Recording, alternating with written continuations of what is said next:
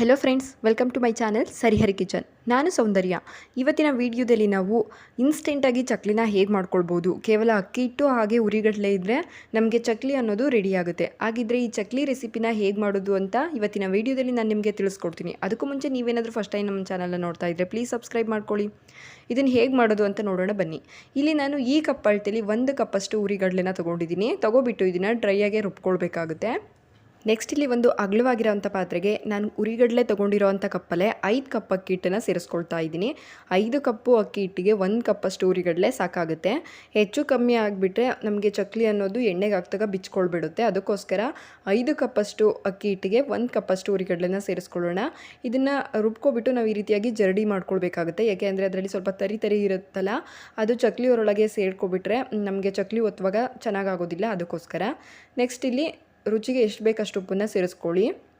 ಅದಾದ ನಂತರ 1/4 ಟೀ ಸ್ಪೂನಷ್ಟು ಓಂಕಾಳು ಅಥವಾ ಅಜ್ವಾನ ಅಂತಾರಲ್ಲ, ಅದನ್ನು ಸೇರಿಸ್ಕೊಳ್ತಾ ಇದ್ದೀನಿ. ಹಾಗೆ 1/4 ಟೀ ಸ್ಪೂನಷ್ಟು ಜೀರಿಗೆ, 1 ಚಿಟಿಕೆ ಅರಿಶಿನ, 1/4 ಸ್ಪೂನಷ್ಟು ಅಚ್ಕಾರದ ಪುಡಿನ ಸೇರಿಸ್ಕೊಳ್ತಾ ಇದ್ದೀನಿ.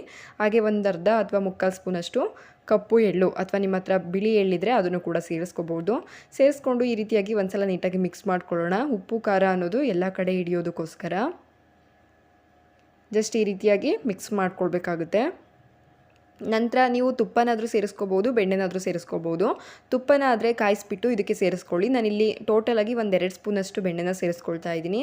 ಸೇರಿಸ್ಕೊಂಡು ಇದನ್ನು ಕೂಡ ಮಿಕ್ಸ್ ಮಾಡ್ಕೊಳ್ಳೋಣ. ನೆಕ್ಸ್ಟ್ ನಾವು ಇದನ್ನು ಕಲಿಸೋದಕ್ಕೋಸ್ಕರ ನಾನಿಲ್ಲಿ ಬಿಸಿ ನೀರನ್ನು ತೊಗೊಂಡಿದ್ದೀನಿ. ನಾವು ತುಪ್ಪ ಕಾಯಿಸಾಕೊಂಡಿರೋದ್ರಿಲ್ವಲ್ಲ, ಅದಕ್ಕೋಸ್ಕರ ನಾನಿಲ್ಲಿ ಬಿಸಿ ನೀರನ್ನು ಕಾಯಿಸ್ಕೊಂಡು ಸೇರಿಸ್ಕೊಳ್ತಾ ಇದ್ದೀನಿ. ಸೇರಿಸ್ಕೊಬಿಟ್ಟು ಇದನ್ನು ಸಾಫ್ಟಾಗಿ ಮಿತ್ಕೊಳ್ಬೇಕಾಗುತ್ತೆ. ಸ್ವಲ್ಪನೇ ನೀರನ್ನು ಸೇರಿಸ್ಕೊಬಿಟ್ಟು ಮಿತ್ಕೋಬೇಕು. ನೋಡಿ, ಈ ರೀತಿಯಾಗಿ ಸಾಫ್ಟಾಗಿ ಮಿತ್ಕೊಳ್ಳೋಣ. ತುಂಬ ಈಸಿಯಾಗಿ ಬೇಗನೆ ಮಾಡ್ಕೊಳ್ಬಹುದು. ನಾನು ಇದೇ ರೀತಿಯಾಗಿ ಹೆಸರು ಬೇಳೆಯಿಂದ ಹೇಗೆ ಚಕ್ಲಿ ಮಾಡ್ಕೋಬೋದು, ಹಾಗೆ ರವೆಯಿಂದ ಹೇಗೆ ಚಕ್ಲಿ ಮಾಡ್ಕೋಬೋದು ಅಂತ ಆಲ್ರೆಡಿ ಮಾಡಿದ್ದೀನಿ. ಆ ವಿಡಿಯೋ ಲಿಂಕನ್ನು ಎಂಡ್ ಸ್ಕ್ರೀನಲ್ಲೋ ಹಾಗೂ ಡಿಸ್ಕ್ರಿಪ್ಷನಲ್ಲೂ ಕೂಡ ಹಾಕ್ತೀನಿ.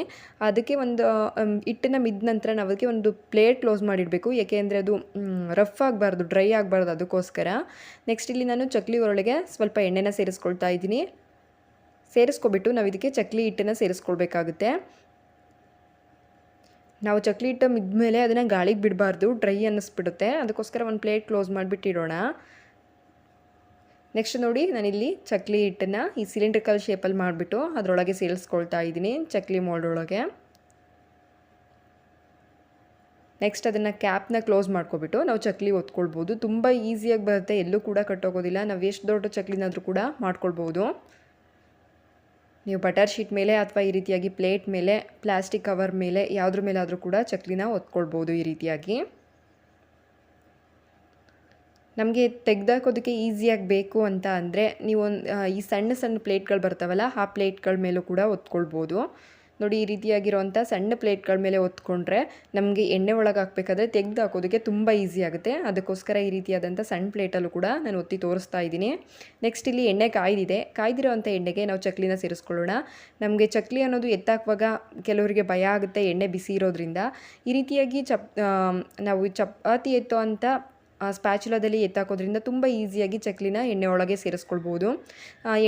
ಎಣ್ಣೆಗೆ ಚಕ್ಲಿ ಹಾಕಿದ ತಕ್ಷಣ ನಾವು ಕೈ ಆಡಿಸ್ಬಾರ್ದು. 1-2 ಮಿನಿಟ್ಸ್ ಒಂದೇ ಸೈಡಲ್ಲಿ ಬೇಯಬೇಕಾಗುತ್ತೆ, ಇಲ್ಲಾಂದರೆ ಬಿಚ್ಕೊಳ್ಬಿಡುತ್ತೆ. ಅದಕ್ಕೋಸ್ಕರ ನಾವು ಚಕ್ಲಿ ಎಲ್ಲನೂ ಸೇರಿಸಿದ ಮೇಲೆ 1-2 ಮಿನಿಟ್ಸ್ ಮೇಲ್ಗಡೆ ಹಾಗೆ ಬೇಯ್ಕೊಳ್ಬೇಕು, ಅದನ್ನು ಮುಟ್ಟಬಾರ್ದು. ನೋಡಿ, 1-2 ಮಿನಿಟ್ಸ್ ಆದಮೇಲೆ ಇದನ್ನು ಇವಾಗ ರೊಟೇಟ್ ಮಾಡಿ ನಾವು ಬೇಯಿಸ್ಕೊಳ್ಬೇಕಾಗುತ್ತೆ. ಮಗ್ಚಾಕಿ ಬೇಯಿಸ್ಕೊಳ್ಬೇಕು. 2 ಸೈಡು ಕೂಡ ಹದವಾಗಿ ಬೇಯಿಸ್ಕೊಳ್ಬೇಕು.